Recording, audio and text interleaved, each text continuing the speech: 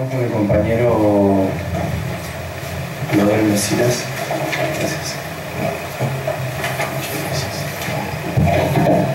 Sí, buenos días. Y el tema de mi ponencia es dialéctica y teoría del conocimiento en Hugo Zimmermann.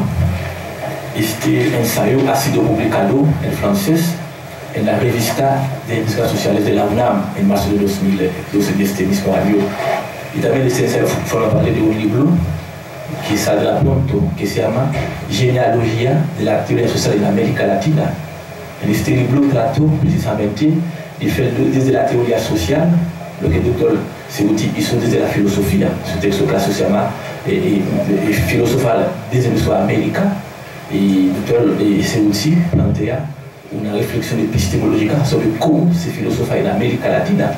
En el libro que acabo de citar, analizó cómo se piensa, cómo se conoce la teoría social en América Latina con respecto a la tradición occidental. Entonces, el texto siguiente es la síntesis del artículo. Yo empiezo con una cita de Hugo Zimmermann.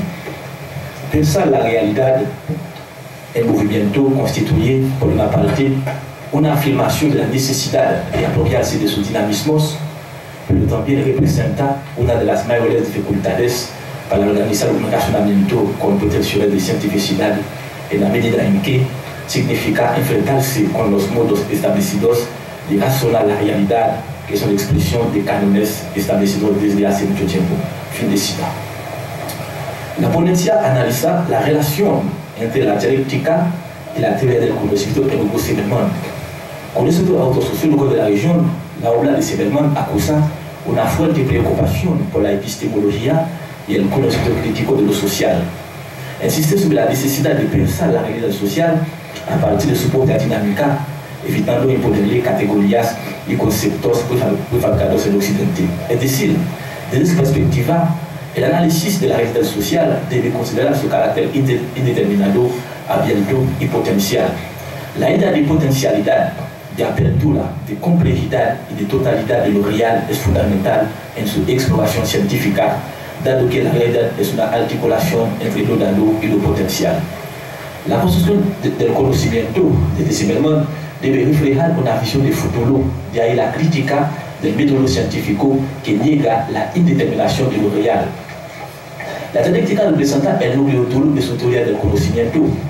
Le permite pensar el presente, poner en cuestión las categorías, los conceptos y las teorías de referencia para comprender e interpretar la realidad en su singularidad, su especificidad y su totalidad compleja. La práctica central de su teoría del conocimiento se resume en estas preguntas centrales que él hace. ¿Cómo comprender la realidad, la relación entre las categorías del pensamiento y las propiedades de la realidad? ¿Cómo pensar el movimiento? ¿Debemos pensar el movimiento en tanto que dialéctico o debemos pensar dialécticamente el movimiento? Las relaciones entre las categorías del pensamiento y las propiedades de la realidad remiten a la racionalidad científica. Zimmermann destaca que la dinámica de la realidad no coincide con el pensamiento y las teorías existentes. Intentar comprender la realidad a partir de teorías y conceptos fijos plantea un problema de validez epistemológica para el conocimiento de la realidad. El movimiento de la realidad no es el movimiento de los conceptos y de las categorías. La relación entre ambos es de una gran complejidad y se inscribe en una dinámica de tensión. Desde la perspectiva de Zimmermann, hay un desfase entre la teoría y la realidad. Destaca lo siguiente: la realidad a la cual estamos confrontados tiene múltiples significados. No es una realidad clara y inequívoca con una significación clara que se puede abordar al limitarse a las estructuras teóricas. Fin de cita. No se puede imponer un cuerpo de conceptos, de categorías a una realidad exterior dotada de su propia dinámica. El sociólogo subraya que hay que tomar en cuenta el movimiento específico de la realidad con respecto al movimiento específico de los conceptos y las teorías. Tomar en cuenta esta realidad es necesario para evitar inventar realidad a partir de conceptos y categorías que no toman en cuenta esta especificidad de lo real. El pensamiento epistémico para Hugo Zimmermann utiliza los conceptos que no tienen contenidos y para detectar la diversidad de los contenidos posibles de la realidad. Es decir, y si no hace una diferencia entre el pensamiento teórico y el pensamiento epistémico. El pensamiento epistémico es un pensamiento preteórico que intenta construir un conocimiento en relación con el movimiento de la realidad. Para resolver el desfase entre la realidad y el concepto, se refiere al método dialéctico. Dicho método le permite hacer un uso crítico de las teorías y de los conceptos para mejor captar el movimiento singular e indeterminado de la realidad. Para él, la dialéctica es un método para resolver la relación entre el razonamiento y la realidad, dado que permite un conocimiento crítico no dogmático de la misma. La dialéctica, en la lógica de Zimmermann, proporciona la solución al problema de lo racional, de lo racional, los contenidos reales, permitiendo captar la realidad histórica por la reconstrucción racional de la totalidad concreta. En su caso, la dialéctica es más bien una epistemología. Permite captar el movimiento de la realidad escapando a todo cierre conceptual y teórico. Escribe lo siguiente: la captación de la realidad exige abrirse a ella sin limitarse al marco de las categorías teóricas. La dialéctica permite así enriquecer la racionalidad científica partiendo del dinamismo de la realidad. Asimismo, permite superar los marcos fijados porque considera las potencialidades, las virtualidades de lo real, que es a la vez lo dado y lo potencial. Según Zimmermann, las teorías y los conceptos ignoran el carácter dinámico de la realidad, mientras la dialéctica reconoce que lo posible está dentro de lo real a explorar y a conocer.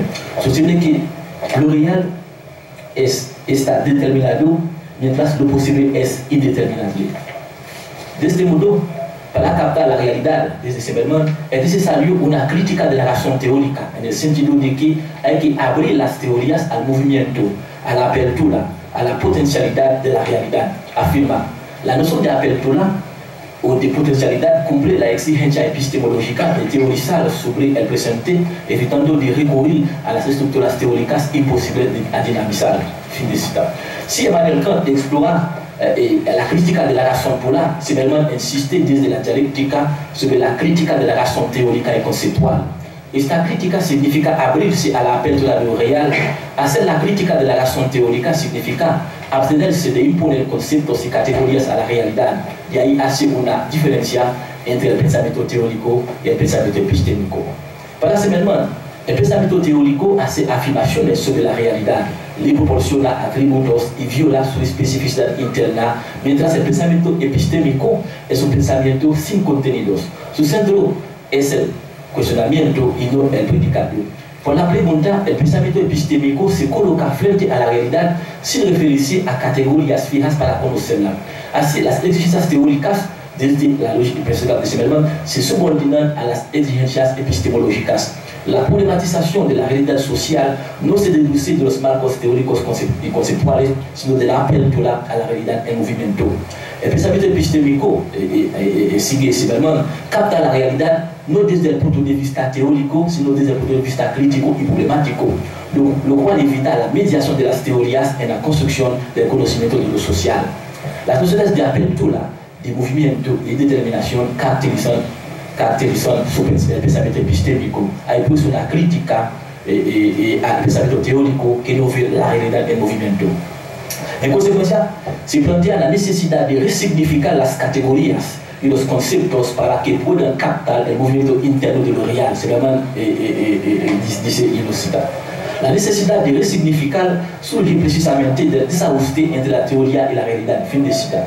Los conceptos de Zimmermann deben considerar la complejidad de la realidad y reflejar sus potencialidades. La idea de resignificación permite superar los contenidos teóricos cerrados que aprisionan la realidad. Por ello, el concepto debe abrirse a la riqueza de la realidad en movimiento. Desde esa perspectiva, el concepto, utilizo el término de ça, está en situación, es decir, su contenido resulta de la captación de la potencialidad de lo real. La resignificación desde la epistemología de Zimmermann permite escapar a los estereotipos para poder infiltrarse en la totalidad compleja de lo real para captar luego su dinamismo interno.